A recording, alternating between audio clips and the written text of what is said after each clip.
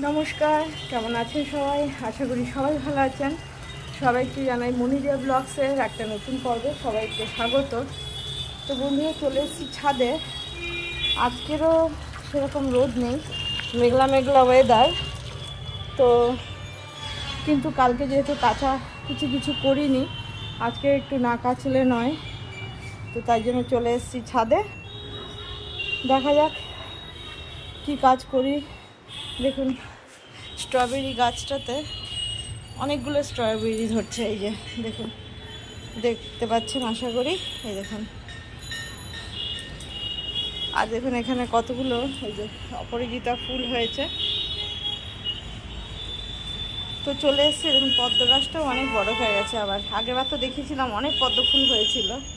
তো বেশ হালকা হালকা হাওয়া দিচ্ছে বসন্তকালে, ভালোই লাগছে। তো গাছেও জল দেবো আর একটুখানি কাঁচা চালাবো। তো জলে যে ভরে নিচ্ছি। আর এই দেখুন এখানে প্রচুর কাঁচাকুচি রয়েছে, এই কাঁচাগুলো চালিয়ে দেবো। গাছে জল দিই, কাঁচা চালাবো। কিছু গাছ লাগানোর আছে, কেননা দেখুন এইখানে দেখাই। দেখুন এই যে গাঁদা ফুলের এই যে অনেক চারা উঠেছে, বীজ ফেলেছিলাম, চারা উঠেছে। এই চারাগুলো সব লাগিয়ে নেব। তারপরে আমার ওই যার মেয়ে আর কি, সেদিনকে আমাকে চুল কেটে দিয়ে গেল। ও সেদিনকে আরও অনেকগুলো পদ্মর ডাল দিয়ে গেছে। এই যে এটা এগুলো পুঁতে তো রেখেছি, এই যে অনেক কটাই পুঁতে রেখে দিয়েছি, কিন্তু এগুলোকেও তুলে একটু লাগাতে হবে। তো এই দেখুন এখানে একটা। তারপর দেখা যাক বাঁচে কি না বাঁচে, সে তো পরের কথা। আগে ঠিকঠাক করে লাগাতে হবে। এগুলো শুধু গুজে রেখে দিয়েছিলাম যে যাতে না মরে যায়। তো এইখানে খানিক গাছ ওই যে কেটে ফেলে দিচ্ছি, এগুলো শুকিয়ে গেছে। সেই ইনকা গাদার বিশাল সাইজের যে গাদা, ওর গাছগুলো সব শুকিয়ে গেছে। আর দেখুন এখানে প্রচুর ক্যালেন্ডুলা হয়েছে। দেখুন হলুদ রঙের অনেক ক্যালেন্ডুলা হয়েছে। আর কাছ থেকে দেখাই, দেখুন এই যে অনেক গাদা সব হয়ে আছে। তো এই দেখুন এইসব সব কাজ করব। এদিকে দেখুন পিটুনি, দেখুন বাইরের দিকে একটা লাল কালারের হয়েছে। আর এই কলিয়াসের গাছগুলো দেখুন কি সুন্দর দেখতে লাগছে, সে দূরের থেকে ফুলের মতনই লাগে। আর এটা একটা পাথরকুচি গাছের মতন দেখতে, এরও ফুলটা খুব সুন্দর দেখতে। দেখুন একদম লাল থোকা হয়, ভাল লাগে। তো যাই, এইসব গাছে জল দিয়ে একবারে কাঁচাগুলোও চালিয়ে দিই, তারপরে অন্য কাজ করব। বন্ধুরা, এই যে জল দিয়ে চলে গেছিলাম নিচে, আবার উপরে এলাম। এই যে জামা কাপড় সব কেচে মেলে দিলাম, মেলা হয়ে গেল। এবার গিয়ে কী রান্না করব দেখা যাক। এই যে হালকা হালকা রোদ একটু উঠেছে। দেখুন এই গাছগুলোতেও জল দিতে হবে, কারণ দিয়া যেহেতু বাড়িতে নেই। এবার সব গাছগুলোতেই এখানে আবার চলে এসেছি দোতলাতে। এবার এই গাছগুলোতে জল দিয়ে দিই, তারপরে একবারে নিচে চলে যাব।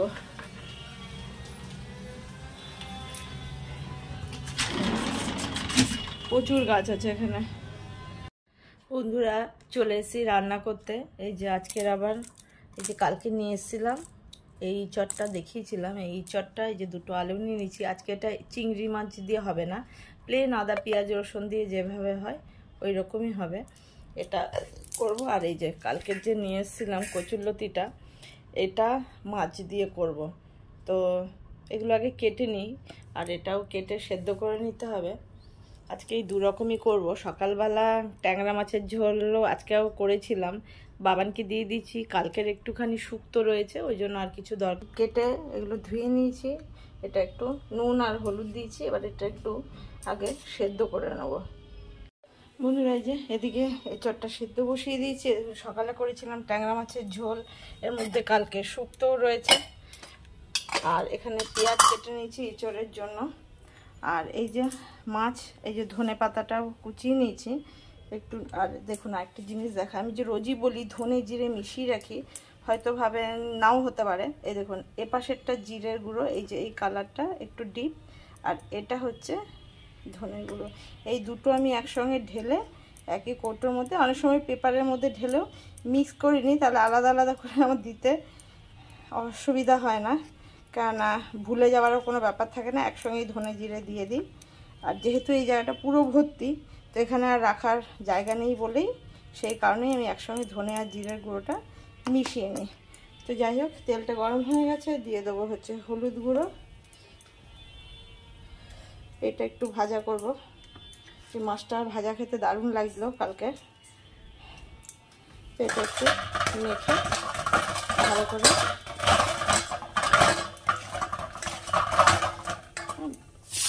ভাজা বসিয়ে দেবো। বন্ধুরা, এই যে মাছ ভাজাটা দেখুন, কালকের মতনই এরকম করেছি। এরকম মাছ ভাজা দারুণ টেস্টি লাগে। একদিন এইভাবে মাছ ভাজা করে খেয়ে দেখবেন, যে কোনো মাছ ভাজা। শুধু নুন লঙ্কা হলুদ জল দেবেন না, একটুখানি ধনেপাতা দিয়ে একসঙ্গে ভাজা করে খেয়ে দেখবেন, দারুণ লাগে। এদিকে আবার তেল দিয়ে দিয়েছি, তেলটা গরম হয়ে গেছে। দিয়ে দেবো হচ্ছে একটা শুকনো লঙ্কা। আর এর মধ্যে আজকে এটা একটু জিরে দরকার নেই, কেন করবো হচ্ছে এই যে কচুরলতি, এই যে চিংড়ি মাছ দিয়ে ভেবেছিলাম করবো না, তা ভেবেছিলাম এই মাছটা দিয়েই করবো, কিন্তু এটা ভাজা খেতে এত ভালো লেগেছে যার জন্য এটা ভাজাই আলাদা করলাম। ওই যতইভাবে দুরকম করবো সেটা আর হয় না, সেই 3-4 রকমই হয়ে যায়। তো কচুরলতিটার জন্য এই যে চিংড়ি মাছটা নিয়ে নিয়েছি। এবার চিংড়ি মাছটাই একটু দিয়ে দেবো।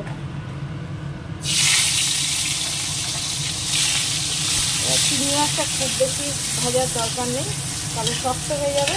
এবার এর মধ্যেই দিয়ে দেবো কচুরলতিটা।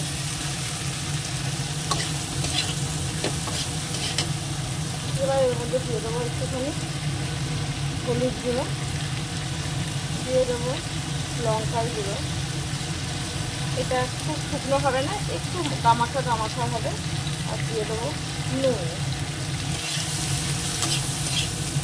একটু নাড়িয়ে নিই।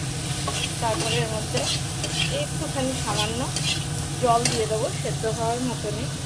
একটু তার থেকে হয়তো এই যে একটু সেদ্ধ হতে যেটুকু লাগবে এইটুকুই লাগবে। দেখুন অনেকটা জল এই যে কমে এসছে। এই সময় দিয়ে দেবো একটুখানি কাঁচা তেল। এবার একটু মিশিয়ে দিলাম,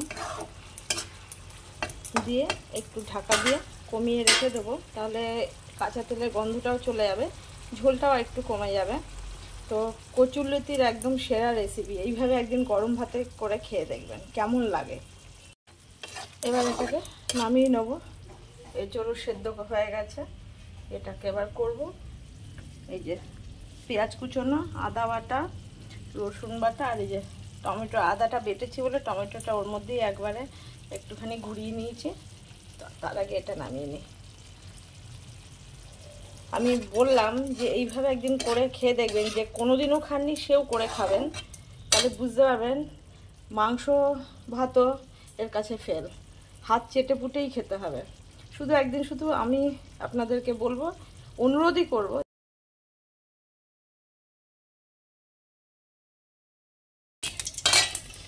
একটু দিয়ে দেবো জিরে গোটা।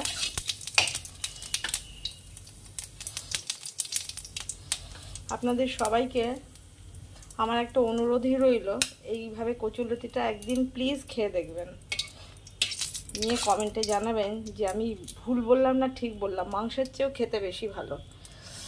এটা ভাজা হয়ে গেছে, এটা দেখলাম পেঁয়াজের জন্য।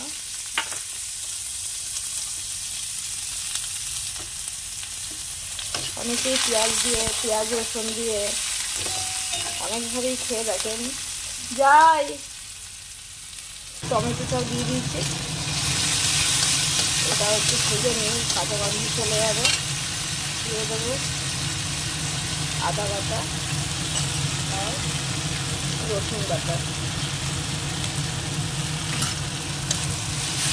একটু ভাজা হয়ে যায়, এটা পুরো ভাজা হয়ে গেছে। দিয়ে দেবো এবার ধনে আর জিরে গুঁড়ো মেশানো। দিয়ে দিচ্ছি হলুদ অল্প দিলেই হবে, কেন সেদ্ধর সময় নুন হলুদ দেওয়া আছে। আর দিয়ে দেবো লঙ্কার গুঁড়ো, অল্প নুন, কেন নুনও সেদ্ধর সময় দেওয়া রয়েছে। আর দিয়ে দেবো একটু চিনি। এবার মশলাটার মধ্যে একটু জল দিয়ে দিই, বসিয়ে নিই।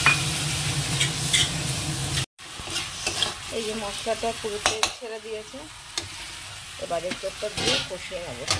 দেখুন এইভাবে এঁচোড় তো এইভাবে খাওয়া যায়, চিংড়ি মাছ দিয়ে খাওয়া যায়, আর এটার জন্য আজকে শুধু পেঁয়াজ আদা রসুন দিয়ে করছি, এটা তো হয়। আবার পুরো নিরামিষ শুধু আদা বাটা গরম মশলা ঘি দিয়েও হয়, কিন্তু কচুরলতিটা আমি যেভাবে করেছি ওই জন্যই বারবার বলছি একবার ওটা করে খেয়ে দেখবেন।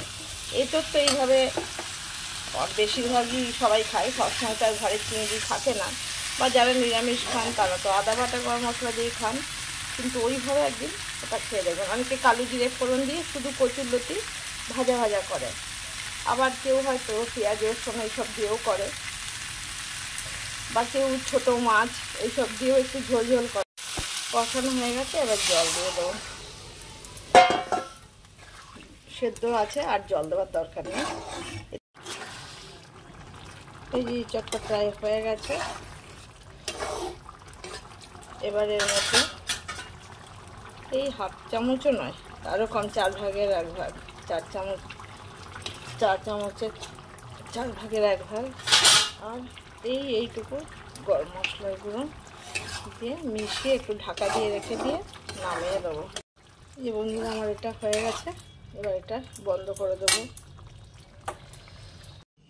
বন্ধুরা দেখুন আজকে আবার রেডি হয়ে গেছি, বাড়ি ফাঁকা, গোটা দিন আমি যেহেতু একা একা আছি, তো সন্ধ্যের পর ভাবলাম একটু কথার সঙ্গে বেরিয়ে পড়ি। তো আমার সাজগোজ বলতে সে আমি জুতো সেলাই থেকে চণ্ডীবার যাই করি না কেন, সে বাজারে যাই, হসপিটালে যাই, বিয়েবাড়ি যাই, সব জায়গায় দেখবেন আমার একই রকম সাজ। যেরকম কিছুই না, চুলটা আমি এই যে ব্যাক ক্লিপ করে এরকমই শুধু আছড়ে, আর শুধু এই একটুখানি ফেস পাউডার হালকা এরকম বুলিয়ে নিই, আর কিছু না। আমি কোনোদিন মুখে কিছু লাগাইও না, মুখটা শুধু ধুয়ে নিয়েছি, কিছুই লাগাইনি। লাগিয়ে নিলাম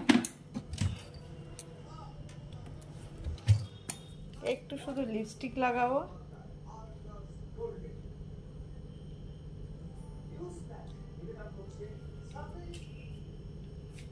হয়ে গেল দেখুন লাগানো, কিছুই না। আমার সাজগোজ মানে এইটুকুই। মুখে মানুষ কত কি মাখে, কত কি লাগায়, কত ব্লাশার, কত হাইলাইট, কত ফাউন্ডেশন, কিচ্ছু লাগে না। আমি কোনোদিনও কিছু সাজগোজ কিছুই করি না। ব্যাস পরে নিলাম সিঁদুর, এবার পরে নেব একটা টিপ।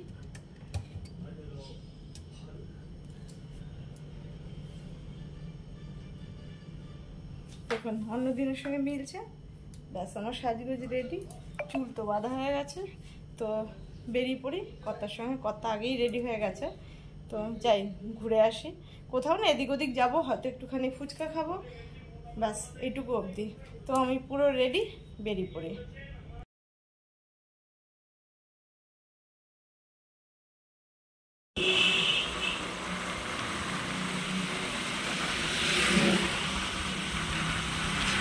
আর রাস্তায় কি দারুণ হাওয়া।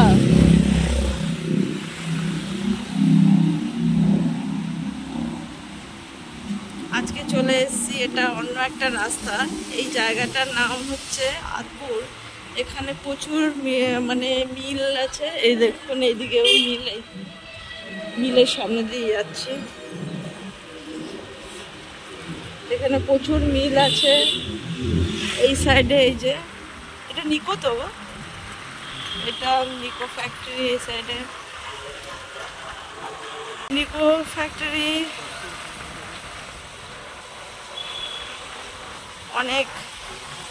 অনেক আগে মানে 2014 সালে বন্ধ হয়ে গেছে। দেখুন এখানে একটা মন্দিরও রয়েছে। এখান থেকে অন্যদিন এই রাস্তাটা দিয়ে বেরোই।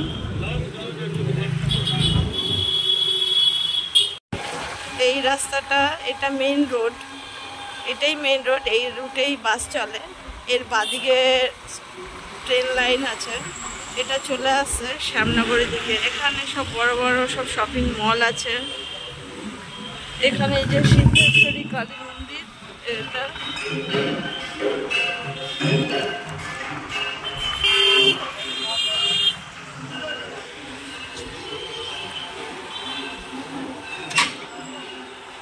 এটা শ্যামনগরে চলে এসেছি আমরা। অটোর লাইনটা দেখুন, বাপরে কি বিশাল, দুদিক দিয়ে দু সাইড দিয়ে বিশাল অটল লাইন। সোজা হচ্ছে গঙ্গা, গঙ্গার পাশে শ্যামনগর বড় কালী মন্দির আছে। এই যে সোজা গেলে গঙ্গা। এটা আমরা একটা এদিকে বাদিকে রাস্তায় ঢুকে গেলাম।